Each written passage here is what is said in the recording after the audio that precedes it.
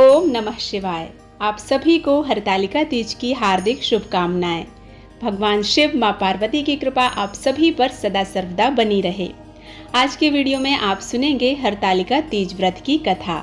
आपसे अनुरोध है कि आप ध्यान पूर्वक इस कथा का रसपान कीजिए और भगवान शिव मां पार्वती की कृपा के पात्र बनिए। आइए अब कथा का रसपान करते हैं। एक बार भगवान शिव ने पार्वती जी को उनके पूर्व जन्म का स्मरण कराने के उद्देश्य से इस व्रत के महात्म्य की कथा कही थी। श्री भोले शंकर बोले, हे गौरी, पर्वतराज हिमालय पर स्थित गंगा के तट पर तुमने अपनी बाल्यावस्था में 12 वर्षों तक अधोमुखी होकर घोर तप किया था। इतनी अवधि तुमने अन्न न खाकर पेड़ों के सूखे पत्ते चबाकर व्यतीत किए। माघ की विकराल शीतलता में तुमने निरंतर जल में प्रवेश करके तप किया। वैशाख की जला देने वाली गर्मी में तुमने पंचाग्नि से शरीर को तपाया। श्रावण की मूसलाधार वर्षा में खुले आसमान के नीचे बिना अन्न जल ग्रहण किए समय व्यतीत किया। तुम्हारे पिता तुम्हारी कष्ट साध्य तपस्या को देखकर बड़े दुखी होते थे। उन्हें बड़ा क्लेश होता था। तब एक दिन तुम्हारी तपस्या तथा पिता के क्लेश को देखकर नारद जी तुम्हारे घर पधारे। तुम्हारे पिता ने हृदय से अतिथि सत्कार करके उनके आने का कारण पूछा। नारद जी ने कहा, गिरिराज, मैं भगवान विष्णु के भेजने पर यहाँ उपस्थित हुआ हूँ। आपकी कन्या ने बड़ा कठोर तप किया है। इससे प्रसन्न होकर वे आपकी सुपुत्री से विवाह करना चाहते हैं। इस संदर्भ में मैं आपकी राय जानना चाहता हूँ। नारद जी की बात सुनकर गिरिराज गदगद हो उठे। उनके तो जैसे सारे क्लेश ही दूर हो गए। प्रसन्न चित्त होकर वे बोले, श्रीमान, यदि स्वयं विष्णु मेरी कन्या का वरण करना चाहते हैं तो भला मुझे क्या आपत्ति हो सकती है। वे तो साक्षात ब्रह्म हैं। हे महर्षि, यह तो हर पिता की इच्छा होती है कि उसकी पुत्री सुख संपदा से युक्त पति के घर की लक्ष्मी बने। पिता की सार्थकता इसी में है कि पति के घर जाकर उसकी सुपुत्री पिता के घर से अधिक सुखी रहे। तुम्हारे पिता की स्वीकृति पाकर नारद जी विष्णु जी के पास गए और उनसे तुम्हारे ब्याह के निश्चित होने का समाचार सुनाया। मगर इस विवाह संबंध की बात जब तुम्हारे कान में पड़ी तो तुम्हारे दुख का ठिकाना ना रहा। तुम्हारी एक सखी ने तुम्हारी इस मानसिक दशा को समझ लिया और उसने तुमसे उस विक्षिप्तता का कारण जानना चाहा। तब तुमने बताया, मैंने सच्चे हृदय से भगवान शिव शंकर का वरण किया है, किंतु मेरे पिता ने मेरा विवाह विष्णु जी से निश्चित कर दिया है। मैं विचित्र धर्म संकट में हूँ। अब क्या करूँ? प्राण छोड़ देने के अतिरिक्त अब कोई उपाय शेष नहीं बचा है।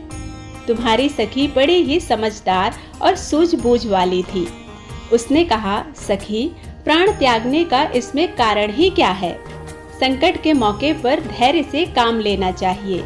नारी के जीवन की सार्थकता इसी में है कि पति रूप में हृदय से जिसे एक बार स्वीकार कर लिया, जीवन पर्यंत उसी से निर्वाह करे।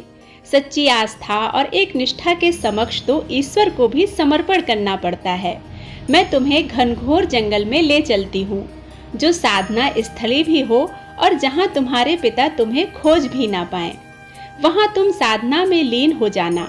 मुझे विश्वास है कि ईश्वर अवश्य ही तुम्हारी सहायता करेंगे। तुमने ऐसा ही किया। तुम्हारे पिता तुम्हें घर पर ना पाकर बड़े दुखी तथा चिंतित हुए। वे सोचने लगे कि तुम जाने कहाँ चली गई। मैं विष्णु जी से उनका विवाह करने का प्रण कर चुका हूँ।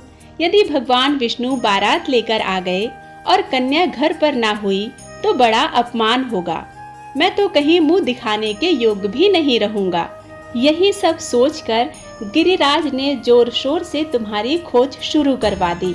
इधर तुम्हारी खोज होती रही और उधर तुम अपनी सखी के साथ नदी के तट पर एक गुफा में मेरी साधना में लीन थी।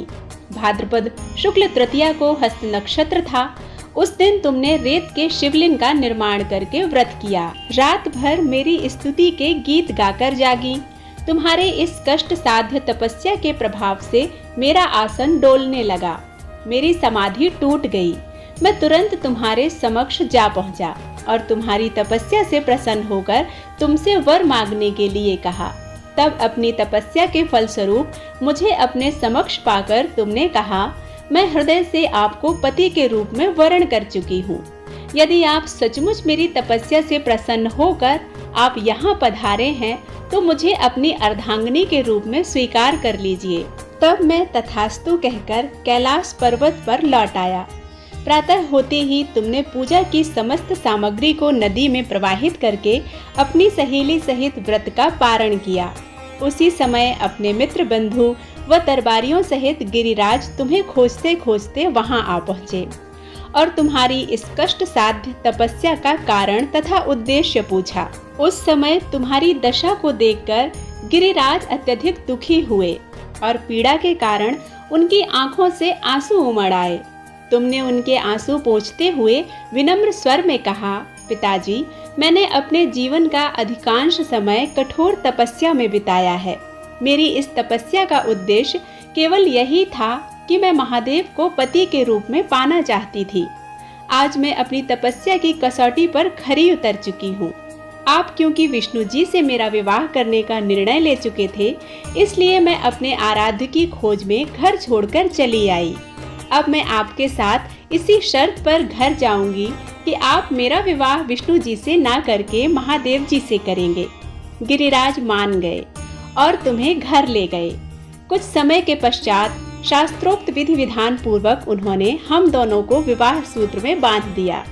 हे पार्वती, भाद्रपद की शुक्ल तृतीया को तुमने मेरी आराधना करके जो व्रत किया था, उसी के फलस्वरूप मेरा तुमसे विवाह हो सका।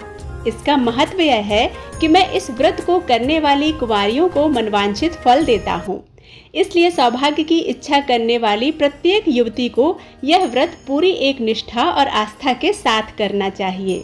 कुछ खास बातों का विशेष ध्यान रखना चाहिए। हरतालिका तीज पर तृतीया तिथि में ही पूजन करना चाहिए। तृतीया तिथि में पूजा गौधूली और प्रदोष काल में ही की जाती है। चतुर्थी तिथि में पूजा मान्य नहीं है।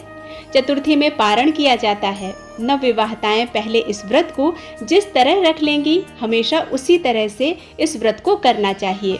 इसलिए इस बात का ध्यान रखना है कि पहले व्रत से जो नियम आप उठाएं, उनका पालन करें। अगर निर्जला ही व्रत रखा है तो फिर हमेशा निर्जला ही व्रत रखें। आप इस व्रत में बीच में पानी नहीं पी सकते हैं। इस व्रत में भूलकर भी सोना नहीं चाहिए। इस व्रत में सोने की मनाही है। व्रत रखने वाली महिलाओं को रात भर जागरण कर भगवान शिव का स्मरण करना चाहिए।